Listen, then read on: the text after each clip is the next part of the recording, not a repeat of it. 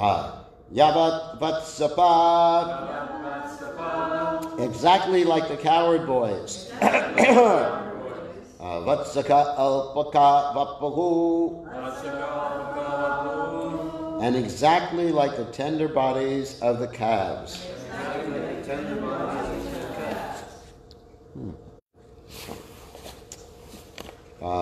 Yavat Kada Angri Adikam, exactly to the measurement of the particular varieties of legs and hands. Yavat Yasti Vishana Venu Dala Sik,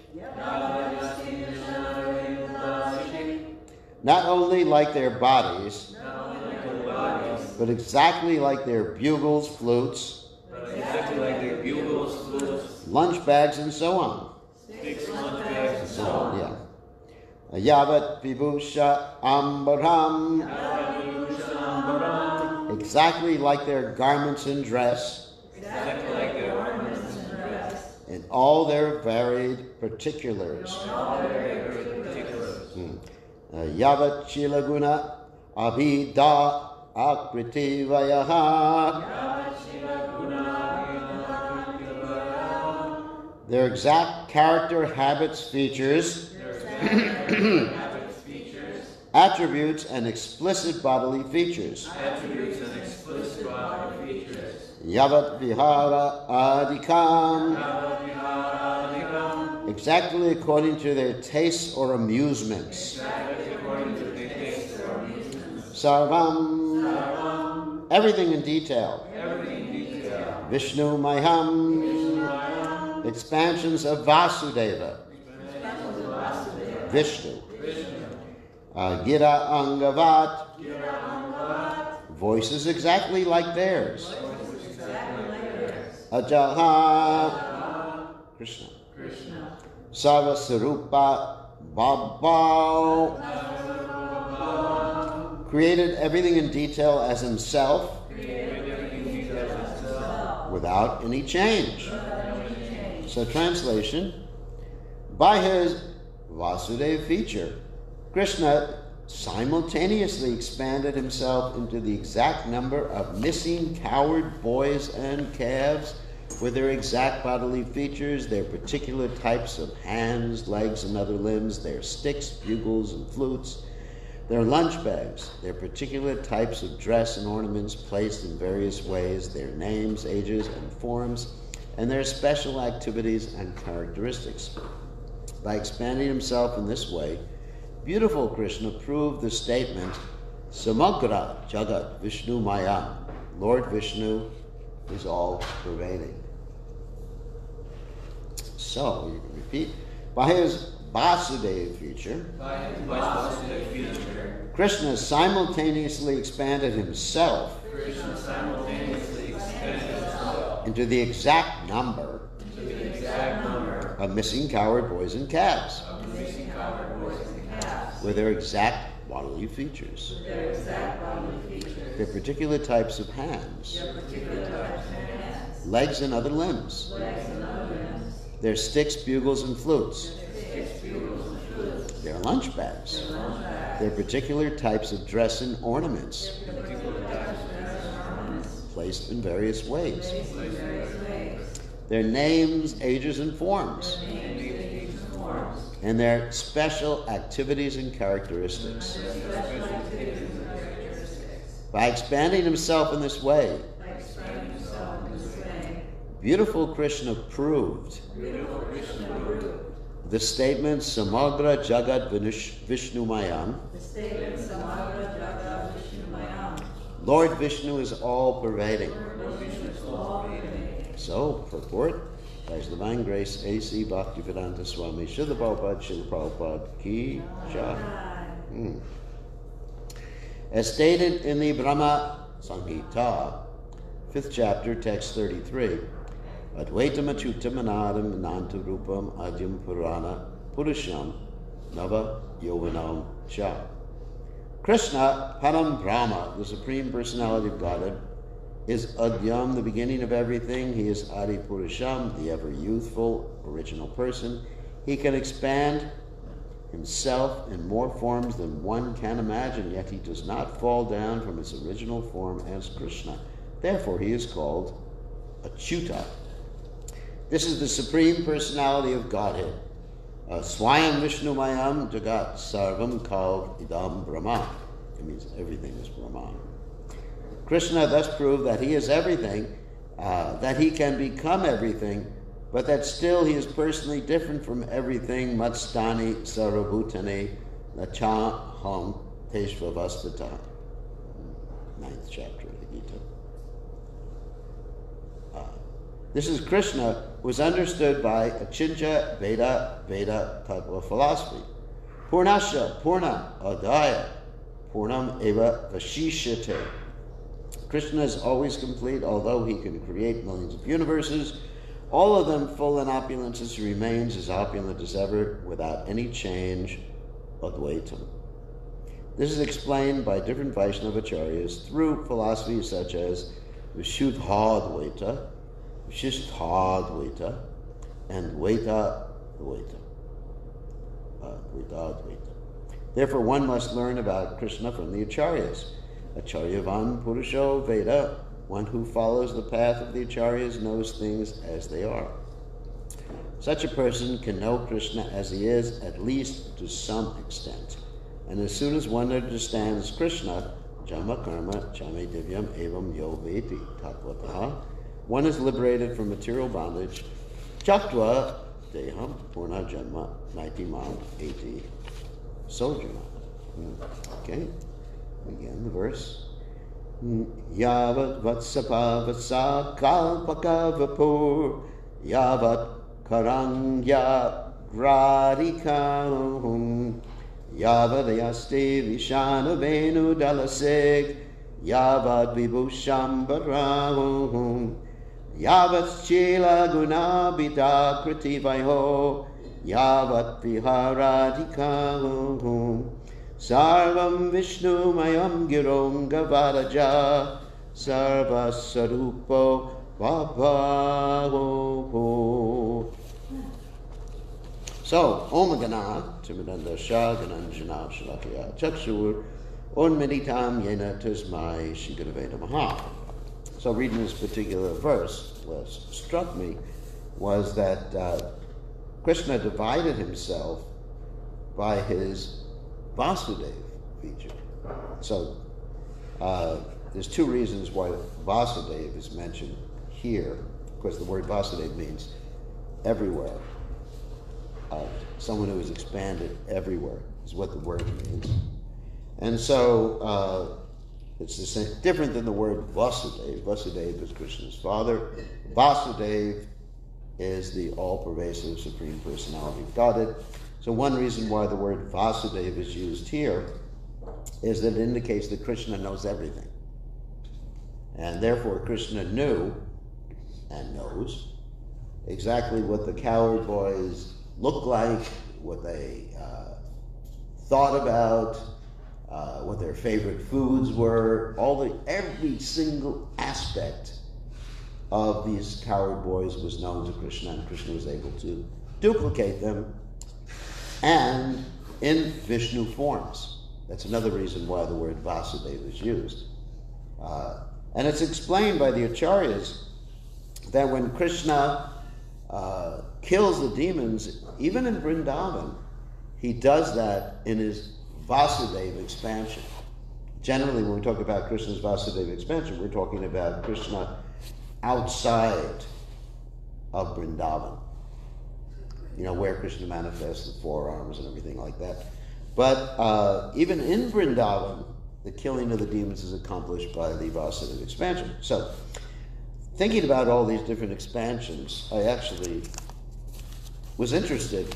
I've been interested for many years in understanding the difference between all these different terms like Swayam Rupa, Swayam Prakash, Tad Ekatma Rupa, Prabhava Vilas, Vaibhava Vilas. You know, you got all these different terms. And finally, I took it upon myself to learn them. Interesting, after 50 years in the Hare Krishna movement.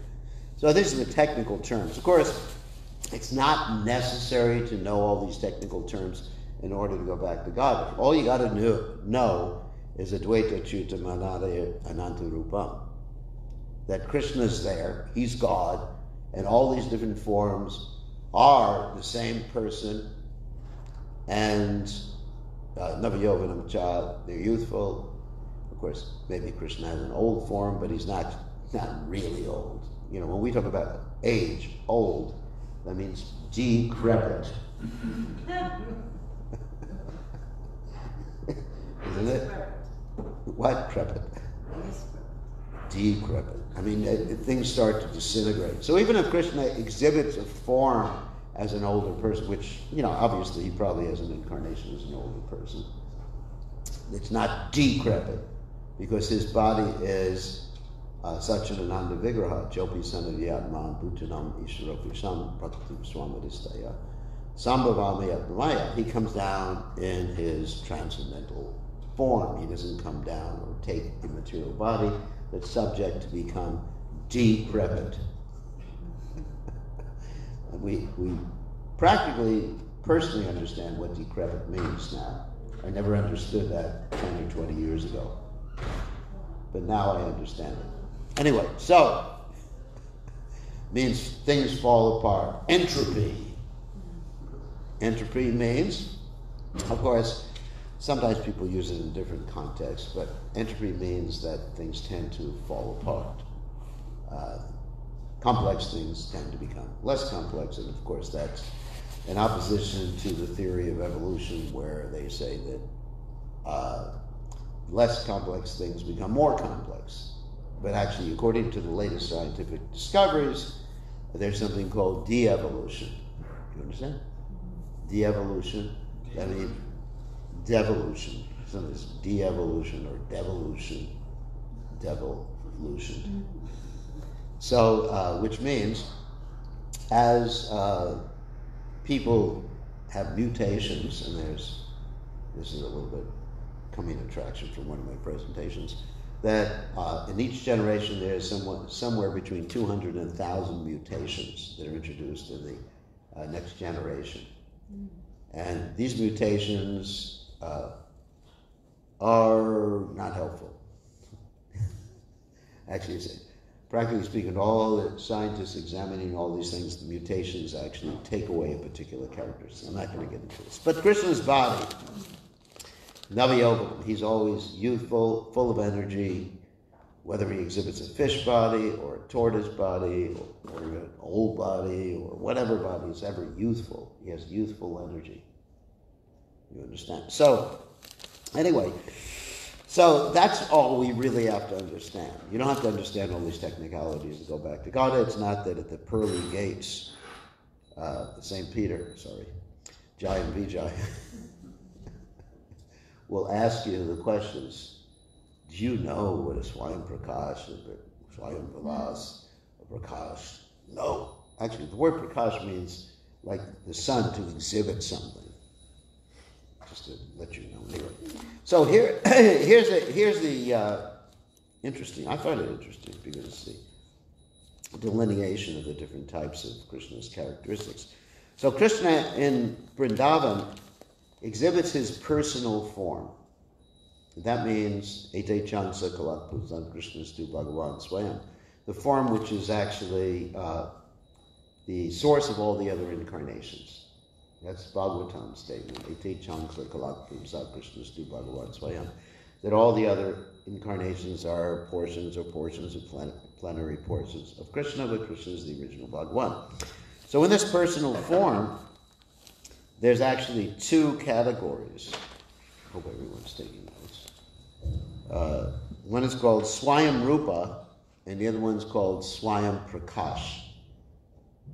Okay, Swayam means original. Prakash means like manifestation or illumination. Okay, so this is Krishna in Vrindavan, and Swayam Rupa, original Rupa means form, of course. And in this original form, there's two categories. To confuse you further, one is called Prabhava, and the other one is called Vibhava. Prabhava is when Krishna is there, playing his flute, and he's there.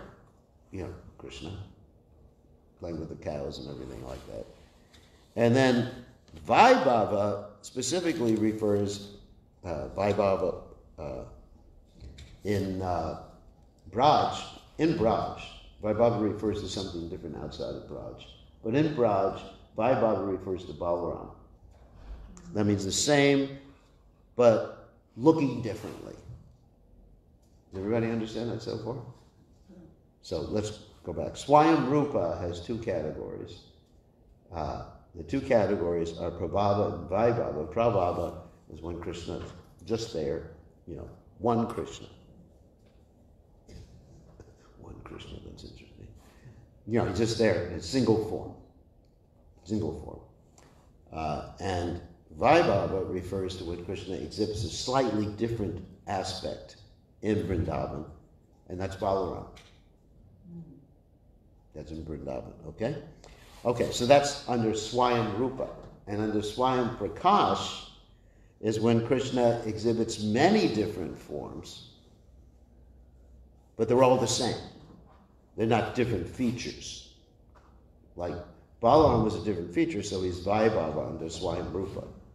So Swayam Prakash means that Krishna is actually exhibiting the same forms. And of course, as we mentioned the other day, some acharyas say, Krishna appears in the same form, dancing with each and every gopi because he moves so fast. He's like the Flash, that he appears. Anyway, that was Gopal's understanding. But other acharyas say that Krishna actually is in different forms. I was just reading that yesterday, that Krishna actually appears, but all looking exactly the same. So neither of these two categories, or the first category with its two divisions, or the second category with one division, refers to the cowherd boys that Krishna expanded as. Neither was it Swayam Rupa, Swayam Prakash, or Prabhava, or Vaibhava. Okay. Got that so far? So then, outside of Vrindavan, this is inside of Vrindavan we're talking about. And also inside of Vrindavan, when Krishna kills the devas or Krishna expands as the cowherd boys, then there's the Prabhava Vilas and the Vaibhava Vilas. This gets a little more complicated here. And all these are under the jurisdiction of what's called Tad Ekatma Rupa, that first or one form. Because in other words, Krishna it's never a different body, so it's always Tad Ekatma Rupa, except when we're talking about Avesh. I'm trying to go slow with this. Avesh means like someone who's empowered, like Shaktavesh, like Prithu Maharaj is Shaktavesh, Srila Prabhupada is Shaktavesh. But other than the Shaktavesh, we have Tad Ekatma Rupa. That means it's always the same transcendental body, but exhibited in different ways. And that refers to when Krishna appears in different ways and as himself. And these are all Swamsa. Swamsa as himself, or Vilas means different appearances, and these are such as the Purusha avatars, Macha avatars, Kurma avatar, Nishringa avatars. Okay. And then talking about Vilas, when there's a different appearance, then the first Chaturvyuha, or the first Vasudeva in the Chaturvyuha is called Prabhava, and all the other expansions of the Chaturvyuha, Sankarshan, Sankarshan, Pradyumna, Aniruddha, are called Vaibhava, including the 24 forms of Vishnu that preside over the different planets in the spiritual world. Has everybody got that so far? I know I don't expect you to remember. I probably don't remember it myself. We need a little chart. I have a chart. You have a chart. But it's quite interesting. It's interesting that, these are, but it's all Krishna except for the Avesh. Try to remember that. That's all you have to remember at the time of death. So there's no need to remember all that. Okay, so that's the first topic here. And the second topic I thought was quite interesting too, was Prabhupada mentioned about the different acharyas and the different teachings. And I wanted to talk about that a little bit too, because that's important to understand. Vishuddha Dvaita, Vishishta Dvaita, and Dvaita Dvaita, and of course we have Dvaita, which is Sripad Madhvacharya. So let's talk a little bit about the acharyas. So Vishuddha Dvaita is Vishnu Swami. Vishnu Swami is the Rudra Sampradaya. And it's interesting, looking at the history of Vishnu Swami, there are 3 different Vishnu Swamis. Anyway. And their philosophy, Vishishta Dvaita, is Brahman is Vishnu, non-dual, same thing as we believe in. And Brahman has all different qualities. The soul is part of Brahman. We're spiritual sparks. And everything emanates from Brahman, the same thing. The cause of one's bondage is one's attachment to karma. It's a little bit different than our philosophy. Our philosophy is the cause of one's bondage is turning the face away from Krishna. Krishna Bhadhi Mukh. But also they say the process of release is devotion based upon the Srimad Bhagavatam. So all these different sampradayas, they actually accept the Srimad Bhagavatam as the summum bonum, the topmost understanding. And they say the goal of life is to be with Krishna and not to return in the material world. So that's Vishnu Swami. I'm just giving a brief summary of that. And then we talked about Nimbarka the other day. Remember, we talked about Nimbarka's appearance day. That's the Kumara Sampradaya. And we told the story about how Nimbarka met the 4 Kumaras. Remember? Yes. Remember the story? It was Lord Shiva who told them, the 4 Kumaras are here, or close by, go and see them. And he got blessed by the 4 Kumaras, initiated by the 4 Kumaras. It's interesting also that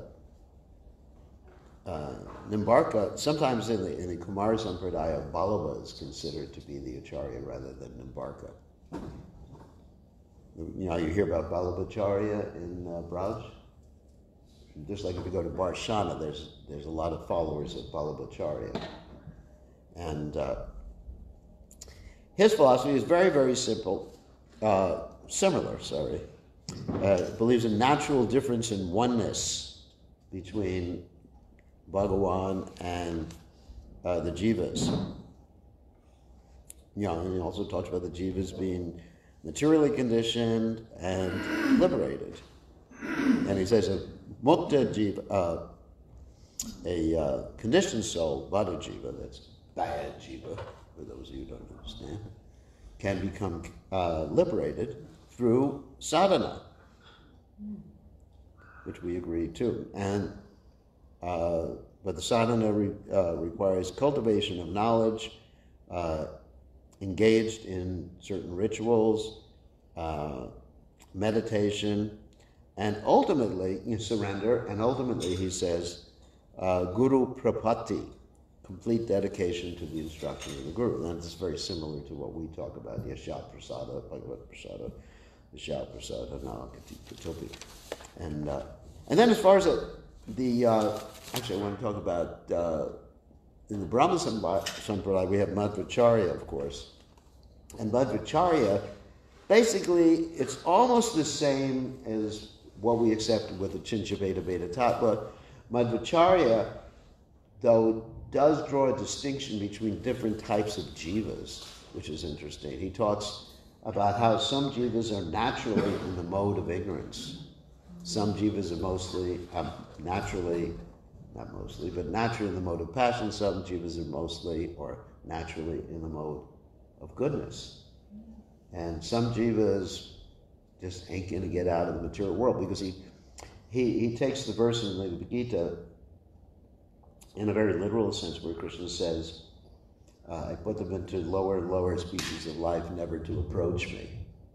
You know that verse? You know, Krishna says in the Gita. So that's quite depressing, that verse. But we understand, yes, we accept the verse literally, but that's never, we understand that by the mercy of the pure devotee, by the mercy of Chaitanya Mahaprabhu, even one of the jivas in the mode of ignorance, of course, we also say the same thing, you know, Om Gana Timidandasha Gananjana Shlakaya Chakshu Meditam Yena Tasmai Shigadvedam, that I was born in the darkness of ignorance, and by the mercy of my spiritual masters opened my eyes with the torchlight of knowledge. So that's really how we differentiate in our understanding. Also, Madhvacharya considers the demigods to be some of the greatest devotees.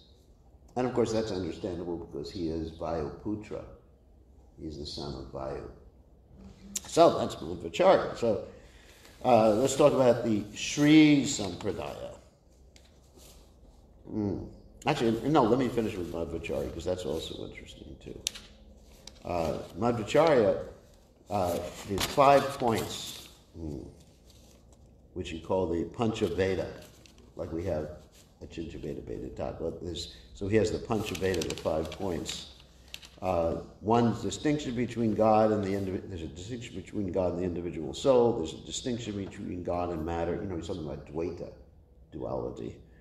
Distinction between the individual soul and matter, but he talks about absolute distinctions between, you know, God and the individual soul. This is not an absolute distinction between God and the individual soul. According to Bhagavad Gita, we have that the soul is part and parcel of Krishna, right? Mami Vangsa Jiva Loke Jiva Bhuta Sanatana. It's not absolutely the same quality. See, Chaitanya Mahaprabhu really refines Madhvacharya's teachings. And he says the distinction between one soul and another, that's true, thank God I'm not anyone else. And there's a distinction between one material thing and another. So, and then we'll talk about the Sri Sampradaya we talked about, the Kumara. And the Sri Sampradaya, incidentally, is, no time. That's just want to mention it's the closest to our understanding. Vishishta Dvaita is the closest to Lord Chaitanya Mahaprabhu's teachings, which is Veda Veda Tattva. So that's Ramanujacharya, and sorry we didn't have enough time. On that happy note, you'll have a lot of things to be tested on tomorrow when you go to Champaka school. So. Okay.